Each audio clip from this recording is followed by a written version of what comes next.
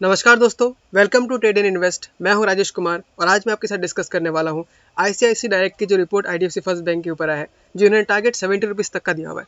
तो हम यहाँ पे डिटेल में समझने का ट्राई करेंगे कि टारगेट 70 तक का क्यों दिया हुआ है। तो चलिए अपना स्क्रीन को ओपन कर लेते हैं।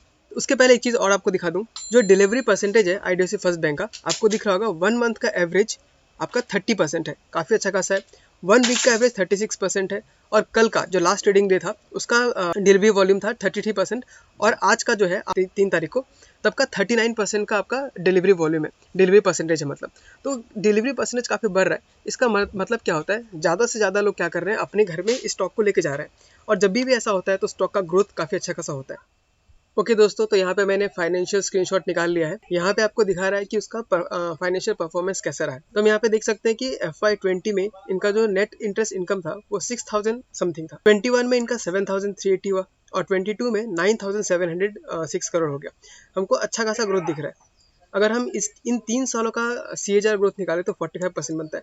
इन 3 सालों का अलग से क्यों दिखाया हुआ दोस्तों, क्योंकि इन 3 साल में जो बैंक थी वो बैंक अपने अपने आप को ठीक कर रही थी। उसका जो भी NPS था, लोन खराब हो गया था, सबको ठीक करने में लगी हुई थी, मतलब बेस को बिल्डिंग कर रही थी। जब ये बैंक मर्ज हुआ तो बहुत सारी दिक्कतें थे, उन सब दिक्कतों को ठीक करने में इनको 3 साल लग गए।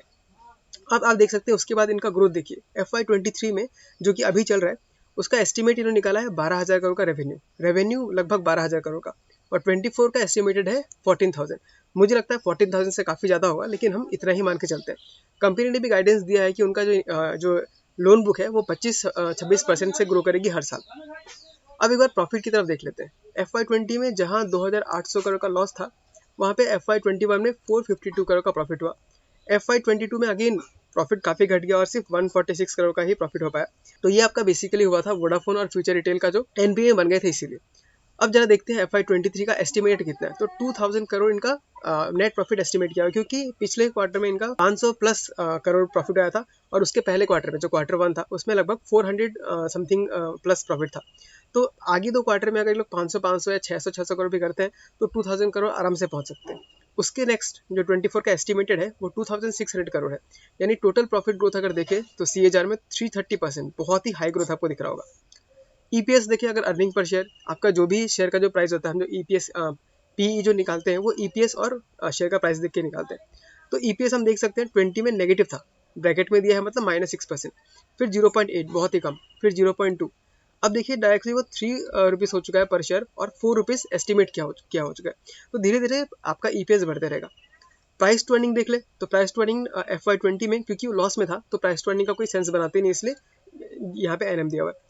फिर FY21 में क्योंकि प्रॉफिट काफ़ी कम था लेकिन दाम काफ़ी हाई था, इसका प्राइस काफ़ी हाई था, इसका 40 ऐसे चल रहा था, तो 71 हो गया था इसका प्राइस टू अर्निंग, जो कि बहुत ही हाई था। फिर FY22 में अगेन इसका प्राइस काफ़ी बढ़ गया था बीच में, 59 या 60 तक शायद पहुंचा था क्या, तो उस टाइम में इसका प्राइस टू अर्निंग 244 हो गया था। लेकिन अब अगर FY23 का प्राइस टू अर्निंग देखें तो 17 है, पर एस्टिमेट कर रहे हैं कि FY24 में 13 तक ही इसका प्राइस टू अर्निंग रह जाएगा, जो कि काफ़ी रीजनेबल रहेगा। अब बुक वैल्यू अगर देखते हैं इसका तो FY20 में 30 था, फिर घट के 28 हुआ, क्योंकि इनको जब NPA बहुत निकल गया तो इनको अपने जेब से पैसे डालने पड़े, तो उसकी वजह से इनका बुक वैल्यू जो खुद का अमाउंट है वो कम थे गया। फिर FY22 में थोड़ा ग्रोथ हुआ, 30 हुआ, और FY23 में इनका एस्टिमेट है 35 और FY24 में एस्टिमेटेड है 38। तो ये बुक वैल्यू भी साल दर साल आपका हल्का हल्का ग्रो करते रहेगा, और जितना बुक वैल्यू ग्रो करेगा उतना ही प्राइस शेयर का प्राइस भी बढ़ते रहेगा। ओके, अब देख लेते हैं इसका प्राइस टू बुक वैल्यू कैसा है। तो बैंकिंग शेयर्स को नापने के लिए सबसे बढ़िया होता है प्राइस टू बुक वैल्यू। तो अगर कंपेयर करके देखूँ तो इसका 1.9 था 2020 में, फिर 21 में प्राइस टू बुक 2 हो गया, 2022 में 1.9 हो गया, कम गया। FY23 में एस्टिमेटेड है कि प्राइस टू बुक वैल्यू 1.6 रहेगा और FY24 में 1.5 रहेगा, अगर प्राइस इतना ही रहा तो आप देख सकते हैं कि अच्छे से अच्छा बैंक या कोई भी बैंक लगभग 2 से 3 गुना प्राइस टू बुक चलता ही है। तो अगर ये FY23 में इसका बुक वैल्यू 25 होता है, तो अगर दुगना कर दे तो मिनिमम 70 टारगेट तो होना ही चाहिए, और उसके बाद का अगर हम देखें तो लगभग 76 का टारगेट आराम से हमको यहाँ पे दिख रहा है। तो जो इन्होंने ICICI बैंक ने, जो ICICI डायरेक्ट ने जो आपको 70 का टारगेट दिया है वो मुझे काफ़ी रीजनेबल लगता है, जबकि मेरा खुद का टारगेट तो मुझे 60 के ऊपर सोचता हूँ, लेकिन 70 भी अब रीजनेबल लगने लग गया है। ROA, रिटर्न ऑन एसेट्स, ये भी देखिए लास्ट 3 साल में इनका कुछ खास इंप्रूवमेंट नहीं हुआ, लेकिन अब इनका FY23 में एस्टिमेटेड है कि 1 हो जाएगा, ये ईयरली बेसिस पे दिखा रहा है, और FY24 में 1.2 हो जाएगा। अच्छे अच्छे बैंकों का ROA जो रिटर्न ऑन एसेट है वो भी 1%, 1.2% ही रहता है। रिटर्न ऑन इक्विटी, हम रिटर्न ऑन इक्विटी हमेशा चाहते हैं कि किसी भी कंपनी का 15% से ऊपर हो। तो अगर इस 3 साल में देखेंगे तो इन्होंने बहुत ही बेकार परफॉर्मेंस दिया है, 18 सॉरी -18, 2, 0.8। इससे अच्छा हम एफडी में पैसे कमा सकते हैं। फिर FY23 में 9% का आपको ROE एक्सपेक्टेड है और FY24 में 11 है। तो ये ROE धीरे धीरे ग्रो करेगा।